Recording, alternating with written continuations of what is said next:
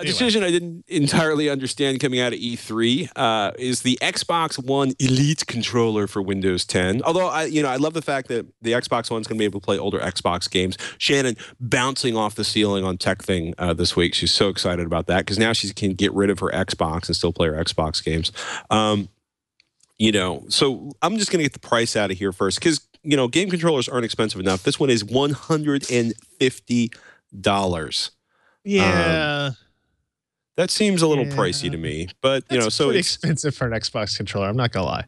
Yeah, well, you pointed out you could buy like 3 Steam controllers or like what, a Roku and a half, 2.5 Apple TVs, a really nice Harmony. Look at the controller, system. Patrick. Look at the controller.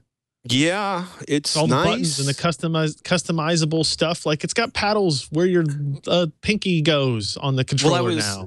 I was laughing because you can adjust it and modify it. I'm like, what? You're going to adjust the swing weight on your remote controller? There's 220 grams swing weight on this remote control. Is just unusable. I tease, right? But it's interesting. So you can 2 switches on the back of the controller allow the range of trigger motion to be limited on the fly. This is for stuff like Grand Theft Auto, so you can control throttle and brake easier. Then you flip a switch when you leave the car and get the full range of motion. I mean, there's a lot going on here for a serious gamer. In terms of the ability to edit buttons and mapping and the physical hardware modifications you can make by putting in different types of pads and stuff. So I will say, there's a lot going on here. Scott's got a pretty good write-up on it. It's interesting that a wireless adapter is going to be, will not be required if you use the included USB micro cable. Right. So it's going to be available for the Xbox, obviously, and Windows. Yeah. Windows through USB, or if you buy one of the wireless dongles for it, it's got like adjustable height thumbsticks. I don't know what that's good for yet, but it sounds awesome. Well, it's only $150 to find out. And unlike Casper mattress, they're not going to give you 100 days to return it. No, they won't. No. And I think it's going to be available in October, I believe. Yeah. I don't know. I mean, would the higher thumbstick allow you, is it like it gives you just like you have not more leverage, you're not worried about leverage, but like if you're driving a car with it, do you get more a higher angle of throw with it, I guess, because of that? A friend of mine's a very sophisticated golfer, and he said to me, there's 2 people that buy a particular brand of golf clubs.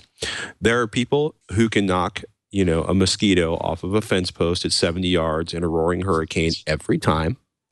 And there's guys that like expensive golf clubs. And, for some segment. 100% accurate. You know what I mean? Like, there's going to be people that are going to put that thing on there and they're going to start taking names and kicking ass in gaming tournaments and being the terror of everything online. And there's a lot of people who are going to have a $150 controller that did exactly everything they did with the free controller that came in the box.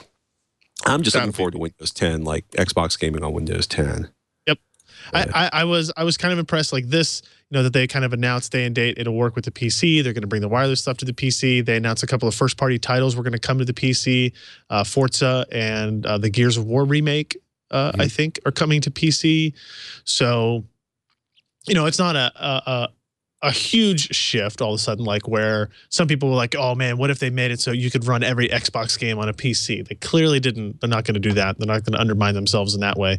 But any little bit where they start to realize that the PC gaming market is like a profitable and growing space, I think they're gonna try to take advantage of it.